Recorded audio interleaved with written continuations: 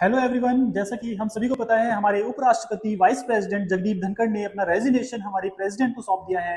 तो इसी बारे में बहुत सारे क्वेश्चंस एग्जामिनेशन में आपको देखने को मिलेंगे। तो सबसे पहले हम डिफाइन करते हैं कि किस आर्टिकल के अंदर उन्होंने अपना रेजिग्नेशन हमारे प्रेसिडेंट द्रौपदी मुर्मू को सौंपा है।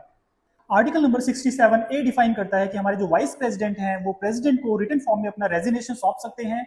और आर्टिकल नंबर 67 के अंदर उसकी टेन्योर को भी डिफाइन किया गया है कि हमारे जो वाइस प्रेसिडेंट है उनका टेन्योर 5 ईयर का है।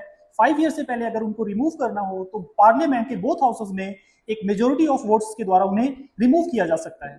Next article is article number 63। Article number 63 define करता है there shall be a post of vice president in India. Bharat में एक पद होगा जो वाइस प्रेसिडेंट का होगा। ओके, आफ्टर दैट हम डिस्कस करते हैं article number 64। Article number 64 define करता है कि जो वाइस प्रेसिडेंट होगा इंडिया का, he will be ex officio chairman of Rajya Sabha upper house of parliament. कहने का मतलब है आर्टिकल नंबर 64 डिफाइन करता है कि जो वाइस प्रेसिडेंट है वो राज्यसभा का एक सभापति के रूप में कार्य करेगा।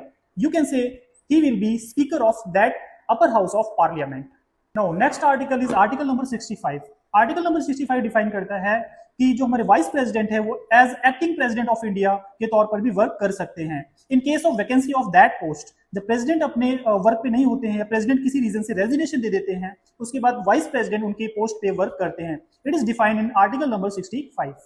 Next article is article number 66। Article number 66 में इलेक्शंस ऑफ वाइस प्रेसिडेंट को डिफाइन किया गया है कि हमारे कंट्री में वाइस प्रेसिडेंट के इलेक्शन में लोकसभा एंड राज्यसभा के मेंबर पार्टिसिपेट करते हैं and minimum age is 35 that is required for the post of vice president and he must be citizen of India। वो भारत का नागरिक होना जरूरी है। तो ये सभी चीजें आर्टिकल नंबर 66 में डिफाइन की गई हैं।